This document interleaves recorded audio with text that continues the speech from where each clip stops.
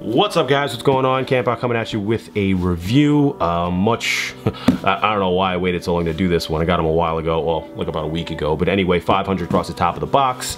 I like the zeros on this because they have the lines to them, much like my logo. Wrong side, yoink. Yeezy 500, US size 11. Style code DB2966, Samoy. Originals, obviously know your sizing and shit, whatever. This is from the Yeezy Supply for the fulfillment center, because I ordered these from the pack with the hoodie and shorts. I don't know if you guys remember that. It was about 2 years ago that they put that order form up and they just came in now. But same thing on the inside with that heavier style tissue paper. I'm not gonna make too much noise with it, but it's not your standard tissue paper. It has like that wax feel to it. Let me see if there's any other design stuff on here. Yeezy 500 made by Adidas. If you're trying to compare it to a pair that you're getting. And let me get into the shoe. Desert Rat 500 in the Supermoon yellow. Like I said before, it's from the pack where you had to order, sets of clothing. And I ordered the sets of clothing. I do like Yeezy outerwear. I don't know if I needed the shorts, but I definitely like the hoodie, so it wasn't that much of an L for price-wise, but let's get into the shoe real quick. I didn't purchase the blush pair that just came out because these had not come in yet, and I wasn't spending any more money on a shoe that I did not have in hand. It just wasn't gonna happen. After getting them, I do like the shape of the shoe. The design's a little bit kooky, a little bit crazy. I do have to put them on. I've not even tried them on yet, aside from, the obvious slip on your foot to see what the fit feels like. And the 11 is good. So for sizing, maybe 0.5 up. I did the same thing I did with the Wave Runner because they were a little snug and I assumed they would be. So I went 0.5 up and it worked out great. So if you're trying to get a pair of these, you're gonna pay resale, whatever you're gonna do, I would definitely say shoot for the 0.5 up just because of the way the shoe fills out. It's very poofy on the inside, so it takes up a lot of room when you stick your foot in there. So just for that little extra, and I do like my shoes snug. So for me to say 0.5 up is definitely a necessity. But let's get into the detail of the shoe. We'll start on the lateral side. You got this mesh or open gauge mesh in 3 different quadrants rolling into the heel portion, which makes it 4 on the Achilles area, but we'll get to that in 1 second. So 1, 2, 3, all heavy gauge mesh.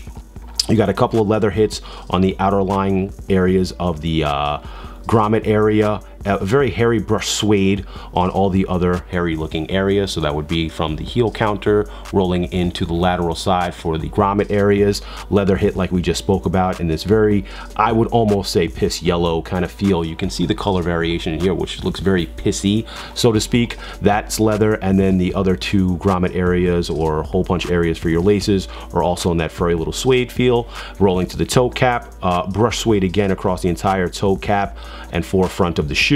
You also have a rubber mudguard across the entire mudguard area. So that stretches from the toe cap, rolling up from the outsole all the way across to almost the back portion of the heel cup, AKA heel counter, whatever you want to go with, on the mid portion of the last cup of the heel area.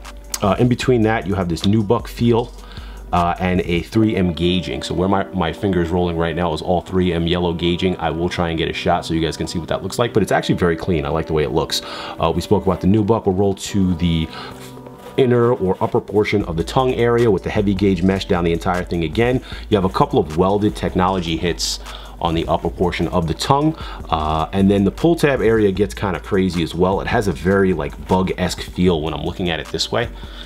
Let me bring it a little bit lower so you can see what I'm talking about. It has a very bug-eyed feel towards the center portion of the tongue, but you got like a mid-grade mesh gauge on here in 1, 2 portions, 3M hit, or what is this? This is not a 3M hit. It's just a, I want to say rubber. Oh, it's leather. It's definitely a synthetic leather down this circling area here. And then, I don't even know what this material is. It feels like a cardboard kinda, but it looks like canvas on the inside. So if I turn this into the pull tab area, it looks like canvas on the back half of it. So it's just a weird gauged material, not really clear on what it is. You got a couple more hits of the heavy gauge at the lower portion that meets up towards the toe cap area. 2 leather hits in here again, and we'll roll to the medial. I'll keep the lateral live on the bottom here, but you can see more or less mirrored from the lateral side. I'll pull it up real quick so you guys can see what's going on. All basically the same material wise, 3M gauging again. Roll to the heel portion. You got a little brush suede area here and that nubuck feel again. Obviously we spoke about the gauging, and then let's get into the Ortho Light, I guess midsole or footbed, which does come out. Ortho Light little weird coloring going on down there. Yellow and orange on the bottom of the footbed. You got Yeezy, Ortholite on the inside here, and Adidas branding as well. I'll show you the Ortholite real quick. Roll this back down inside here. That's the only Yeezy branding on the shoe.